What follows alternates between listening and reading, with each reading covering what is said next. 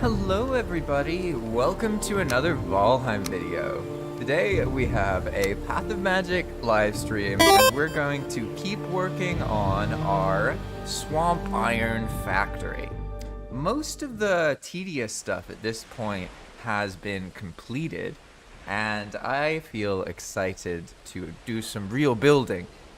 I keep thinking in the previous streams that I was ready for building, but I had to go, raid a crypt and die 100 times, or go get some resin because I didn't have any of the things I needed.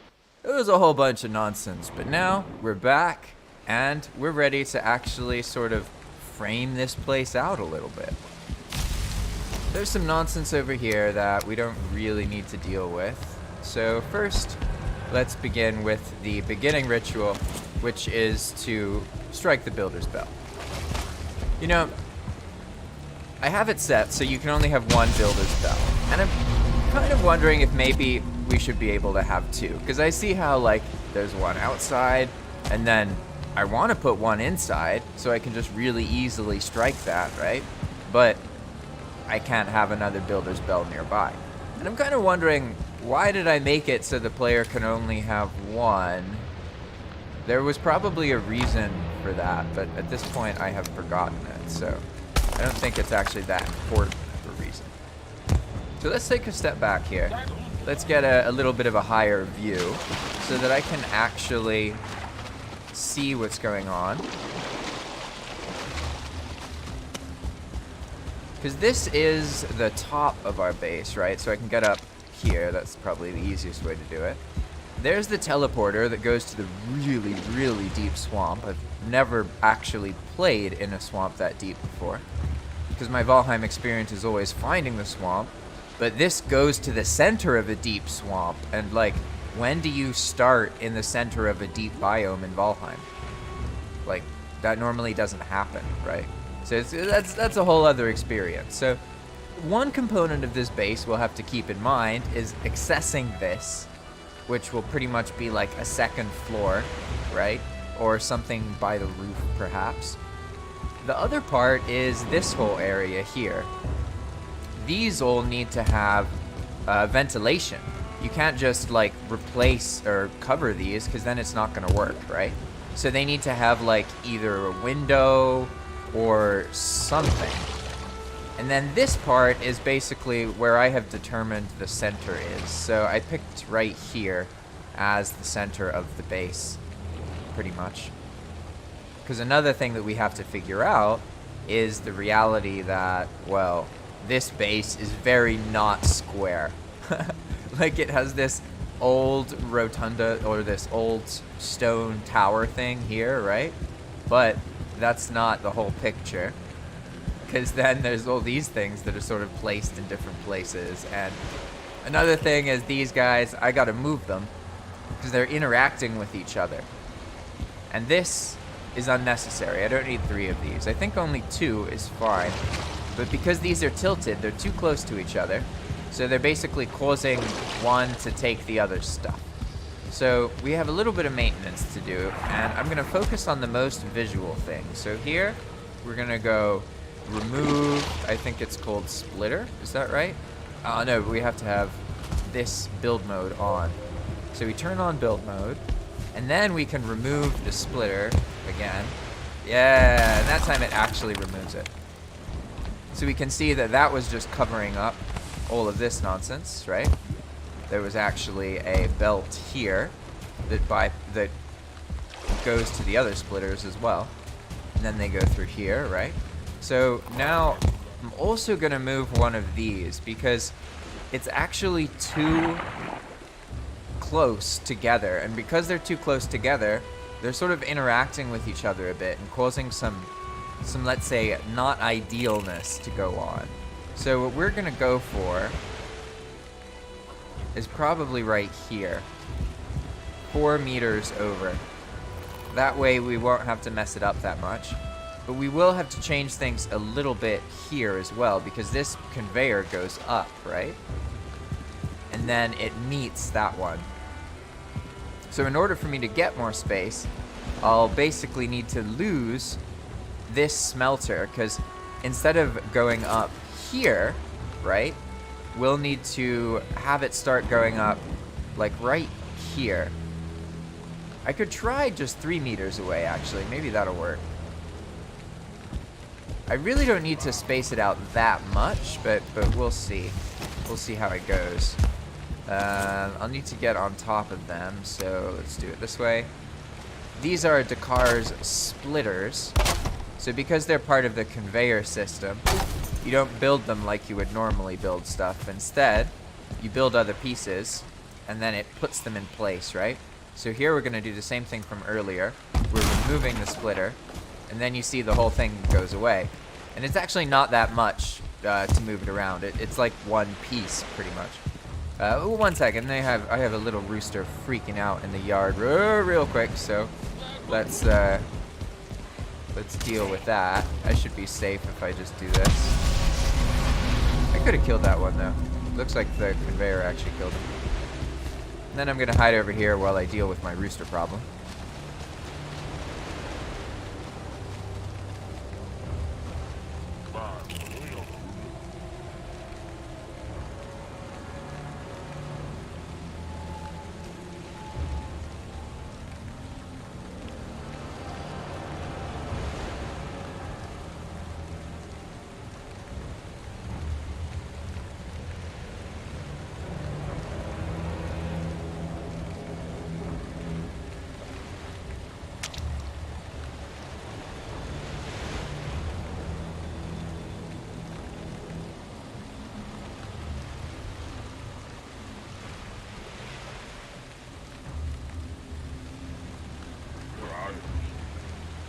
Alright, I am back now. Apologies about that. We have hens, right? And one of them is in a nest. And one of the other hens got too close to her nest, so Little Rooster started freaking out, trying to defend the hen in the nest from the invader. Even though no one was really invading. That's typical chicken drama, to be honest. It's very classic and is to be expected. So we have removed this conveyor, and we can see we have some nonsense going on in here. So let's also get rid of these. We can use a similar command, except instead of remove splitter, it's remove belt. So we're just gonna do that again, right? Just like this, boom, and boom. And now we have the belt high up here, and we actually need to extend it so this ramp occurs further along over here. And also I'm going to fix this hole that I keep falling in. It's one of those holes of death. If you haven't done this to yourself in Valheim, you can ruin everything by having water and build pieces in a way that your character falls in, and then you're screwed and you have to die. So let's cover that up so that's not a problem anymore. There we go. No more hole of death. And I can try and use, let's see, I have to extend this ramp. Instead of the ramp starting right here, the ramp has to start right here. I don't know if that's actually going to work with this because the metal might clip through it, but we're gonna do our best. So the start place is going to be there. All right, so the ramps will begin right here instead. And for now, oh, this is always the thing, right? Stairs go up, roof goes down. Stairs go down, roof goes up. I don't even know, to be honest. Oh, I got it right, though. I got it lucky. Okay, so there we have our ramp, right? So now what we need to do is meet these two things together. Although it sort of looks like these are at different heights. I guess we'll see. I'll see in a moment when no need to try and prophesize when I can just observe. Ah, no, we're fine. Awesome. So, in theory, all we have to do now is make room for this so it's not redundant. And you have two choices for removing pieces. Like, you can do what I'm doing now where you unclip, like, just unbuild it twice. There's 4 pieces to each conveyor square. Or you can just do the remove belt thing, which will remove one of the closest. But depending on what you're trying to do, you might need a whole piece like this. Hey! Right? I just realized that the underside of the conveyor has both arrows. That's kind of cool. Huh. So now our conveyor starts up higher, and I think we're gonna get away with this angle. It is you know, it's quite close to the output of this smelter, but I think that's gonna be fine. We just have to like get these further away from each other because they have problems from being too close to each other. So let's see, we're gonna start. Where are we gonna try and have the splitter be? Because it looks like it takes up approximately 3 squares of stone, right? So if the splitter starts here, that means it would end here, which is still kind of close to that splitter, you know what I'm saying?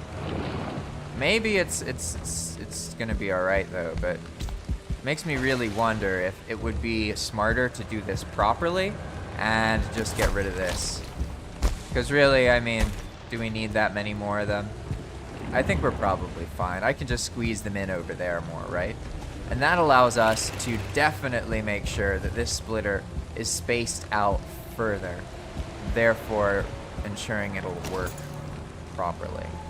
So we have our roof that goes up and our stairs that go down. Our roof that goes up and our stairs that go down. I'm gonna remember that this time. Go. We're just gonna get 2 more units of space here, and that should be plenty.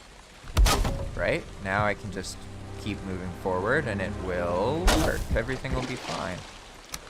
Here we are. Now I think I messed up this rotation, right? Yeah, there we go. 1, 2, 3, 4. Alright. Now we have a belt that is the appropriate length. This output is here. It goes up here. Goes through all that stuff. I don't think these things are gonna matter, although it does mean we can't run up the belt. So I guess for now I can get rid of them. They're serving no purpose. They were just to help me find that centerpiece earlier. So here we are, and we have enough space. So now what we have to do is find the spot for the next splitter. That's pretty easy.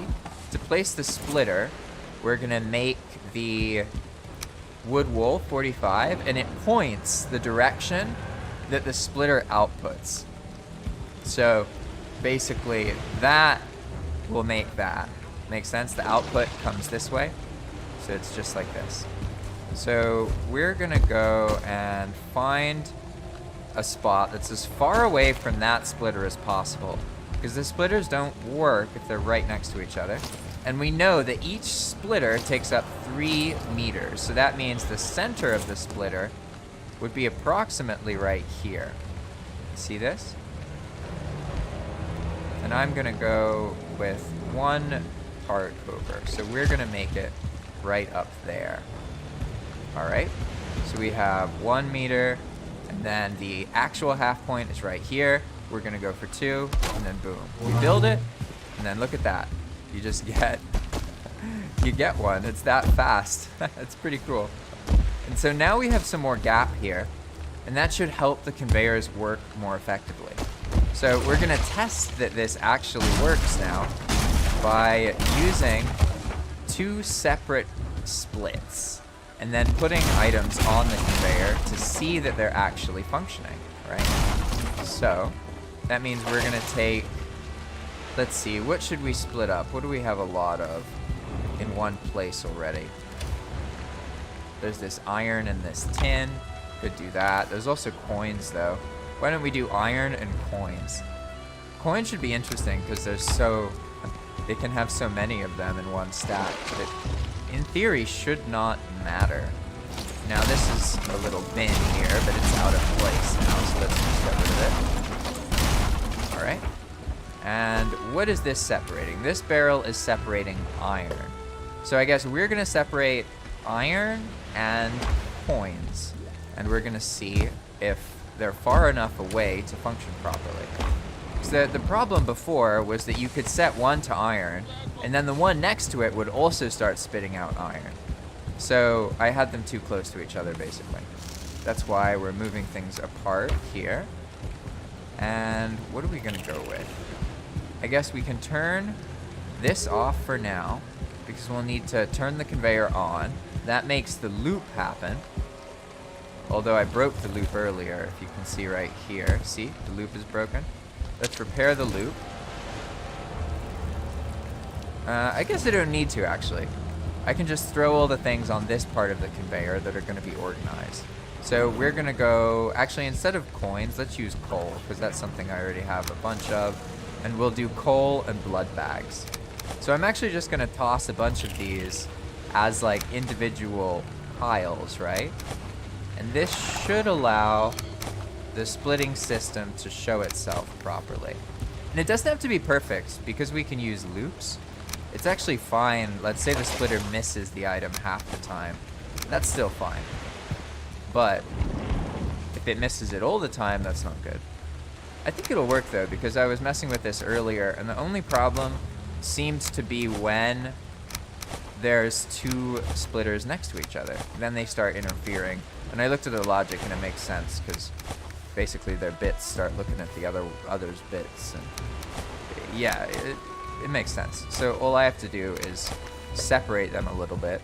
And then if this turns out to be what's actually going on and causing the issue, then I'll just need to make some kind of feature where you can't build splitters that close to each other. Just like the builder's bell. I tried to build a builder's bell, but I couldn't, because there's already one over here. Except, ironically, it's not useful in that case. So what we're going to go for is just turn the splitters on, but after we set up the barrel to have some actual item that is relevant here.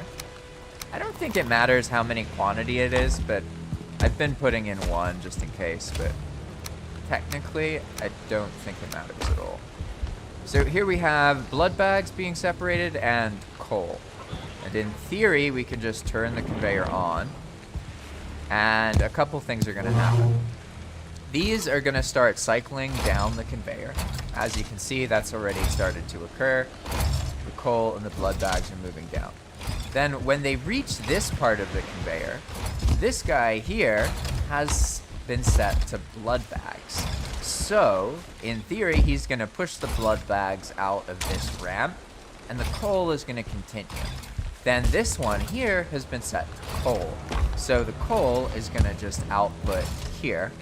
Then whatever is missed is going to keep going down this conveyor and over here, and then it's going to basically pile up right here. So Baliog, or Rackenspacket, asked, how did you get the barrel on its side? Hey! Hey! That's just too cool. Sorry. But what about the coal? Interesting. Very interesting. Are they still too close together? I don't know. That one is working perfectly. Look at that. So the barrels are on their side because when you spawn things with EWP, you don't have the same restrictions that you do when you're building normally in Valheim.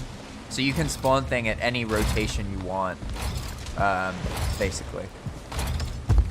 Which I guess technically means you could like rotate things using a command. But for now, we have another issue. See, the coal, it bypassed it, which I guess means that there's... Oh, no. I'm silly. The coal didn't bypass it.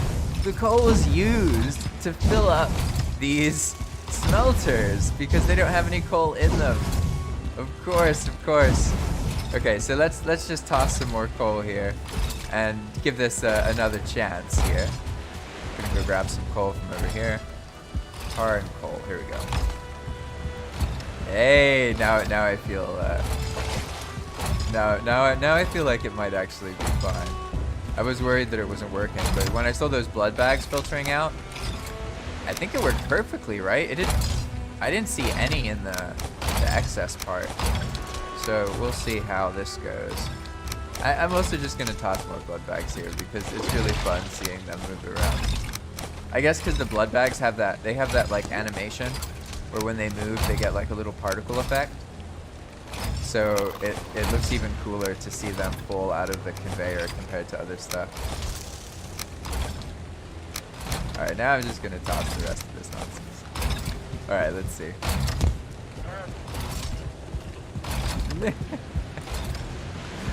Oh, that's so funny. Alright, so we have some coal going up already.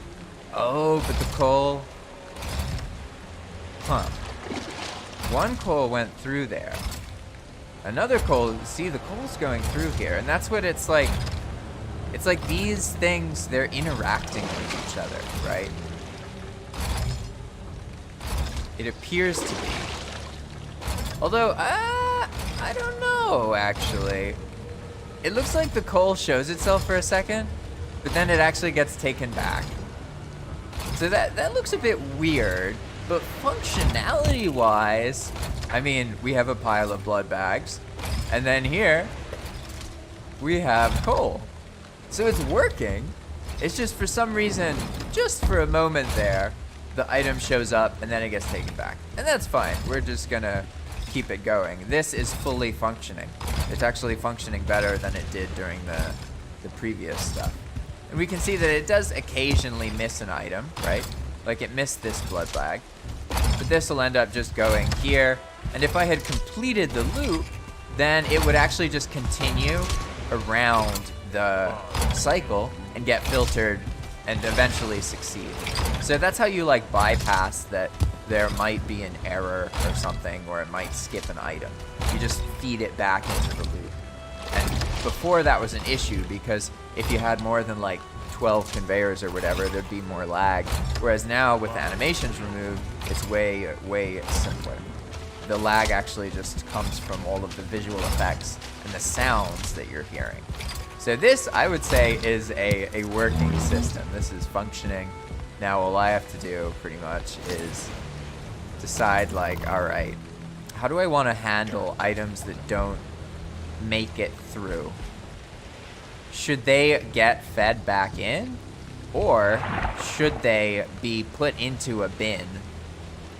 Because the thing is, there's going to be ore and stuff there, but at the same time, by feeding them back in, we like lose this real estate a little bit, right? And really, feeding them back in has some consequences, because it means all of the extra nonsense that ends up on the belt just stays in the loop, so it's hard to like know where it is and go loot it. So I think for now, what I'm gonna opt into is actually using a little, like, I'm gonna make a little bin here, basically. So what we're gonna do is turn build mode on, so I can easily remove all of these conveyor belts, and we just do say belt, or conveyor, what is it? Remove belt, that's right. And it'll just remove one of them. Or in that case, a little bit more. We'll have to fix that in a moment, that's okay. So we're gonna get rid of all these. And this thing seems to have overlapped a little bit, so let's just do it fully here, so we got a full one removed. That'll make it easier. Alright, now that that's been done, we can place this over here. And I feel like it's backwards. No, it's not backwards. Lucky day. And then here, honestly, I mean, this whole entire area was open, like, was like this just to accommodate that third splitter. But I realized yesterday when I was planning this tower thing that we don't really need 3 splitters. So I can just make it like this, right? Make it work better. And this will be sort of the output of one of them. But even then, there's some excess here, because we only need these straight pieces. And then there's this stone thing going on here, and it's like clipping into the thing. I don't like that. I'm gonna fix it. So here we are. We have really opened up the place, if you've noticed. And let's make sure I don't die to some nonsense. Looks reasonably safe over here. So we're gonna take that down a little bit. And here, we're actually just gonna continue forward like this. I don't have to worry too much about the pattern, whatever it is. That's not too important here. What I wanna do is actually restart this part just like that. There we go. We just need a basic little fence. That should be fine. And I like having some visibility, so probably we'll make it like this, so that if there is a monster outside, you could shoot it or something, or it could shoot you. You know, having those little extras, I find, makes things more enjoyable. So here we have the end of the conveyor. Looks pretty solid. Obviously could use a little bit of work to just like pretty it up. But for now, I'm just going to basically clip something in underneath of it. Just like that. There we go. So we're going to work with this. And then I'll just need like one little piece here. And for visibility's sake, we're going to decide what pattern to go with here. We're just going to continue that one. This is an old pattern I had from before. It's not necessary anymore. It was just to fill that area up. But by having two separate floor patterns, we're going to cause a bunch of problems for ourselves later. So I'm going to kind of, as I go through, just replace what I'm doing with this new floor pattern from over here. And let's be reasonable and actually have some stamina food in our inventory. Maybe even some health food. Okay. Now, what's this nonsense? We got all this stuff. Don't need that. Alright. Here we are. Now, I can already tell once this place is really opening up, this whole area will be more, like, easy to think in.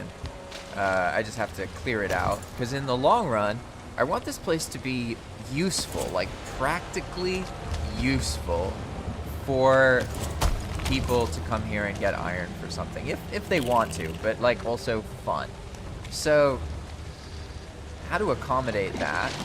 We have to like actually use the base for what it's intended for and build things around the practicality and then make it visually pretty as well. But if you start with the visually pretty stuff, you end up with things that in practice aren't actually useful for their intended purpose. So that's why it's been kind of a mess. I've been actually like focusing on doing the dungeon and figuring out what's necessary before I like build something that I'm just gonna have to replace really soon, right? Speak of the devil. I definitely need to move this builder's bell. I'm just gonna do it right now, actually. The builder's bell has its own command to get rid of it, but you can't build it for free, so you still lose the stuff that you had to use to make the builder's bell. In this case, we need more iron nails, so I'm just going to make them. And where should we put our builder's bell? I'd say somewhere a little bit out of the way that's convenient. So out of the way meaning it's not in the way of something, you know? I'm gonna go with, I think in between these two. Let's build the bell here. And to build the bell, you need the chair, the darkwood chair, and you place 3 of them. And then the third one you place determines the rotation, usually. So we're gonna try and just kind of place the bell in between these 2 conveyors. Because you shouldn't put too much storage or chests in between the conveyors because it can mess things up. So this is sort of dead space anyway. There we go. So now we have a builder's bell. It's not blatantly in the way of the conveyor. And it's in the middle of the place, so we can just tap it when we need to. And then that'll make all of the enemies just run away as if they have something to fear from us. Kit Fury, welcome back. Hello. He says, early morning streaming grind, I see. Yeah, I pretty much, I have to work off of one, when internet's okay, even though internet's not being okay right now. And I also have to work on when, like, I can actually use the internet in the house. So it's basically either this, or I start 3 or 4 hours from now. And I might do that later. It really depends, because there's benefit for me personally to like waking up earlier and getting the stream done, because it like gets me in the thinking headspace to make Valheim content, and then it's easier for me to make more videos or tutorials later. So Yeah, because like I'm not trying to just become a live streamer or someone who streams all the time and earns money from that. What I'm trying to do is make this YouTube channel actually reach people and help educate more Valheim players about what we can do with Valheim. That's the general idea. And in order to really do that effectively, I need to do a lot of different things. And I'm not in the habit of doing all those different things. So that's one thing I realized with the live streaming, is that the live streaming is really important. Not just for like my own sake, but because with the live stream, I can bring activity to the server, and it also allows me to playtest features in a public way. And I already needed to playtest the features, so I pretty much was going to be forced into doing that at some point anyway, because you can't just rely on other people to playtest stuff for you. They also won't like that as much. They'll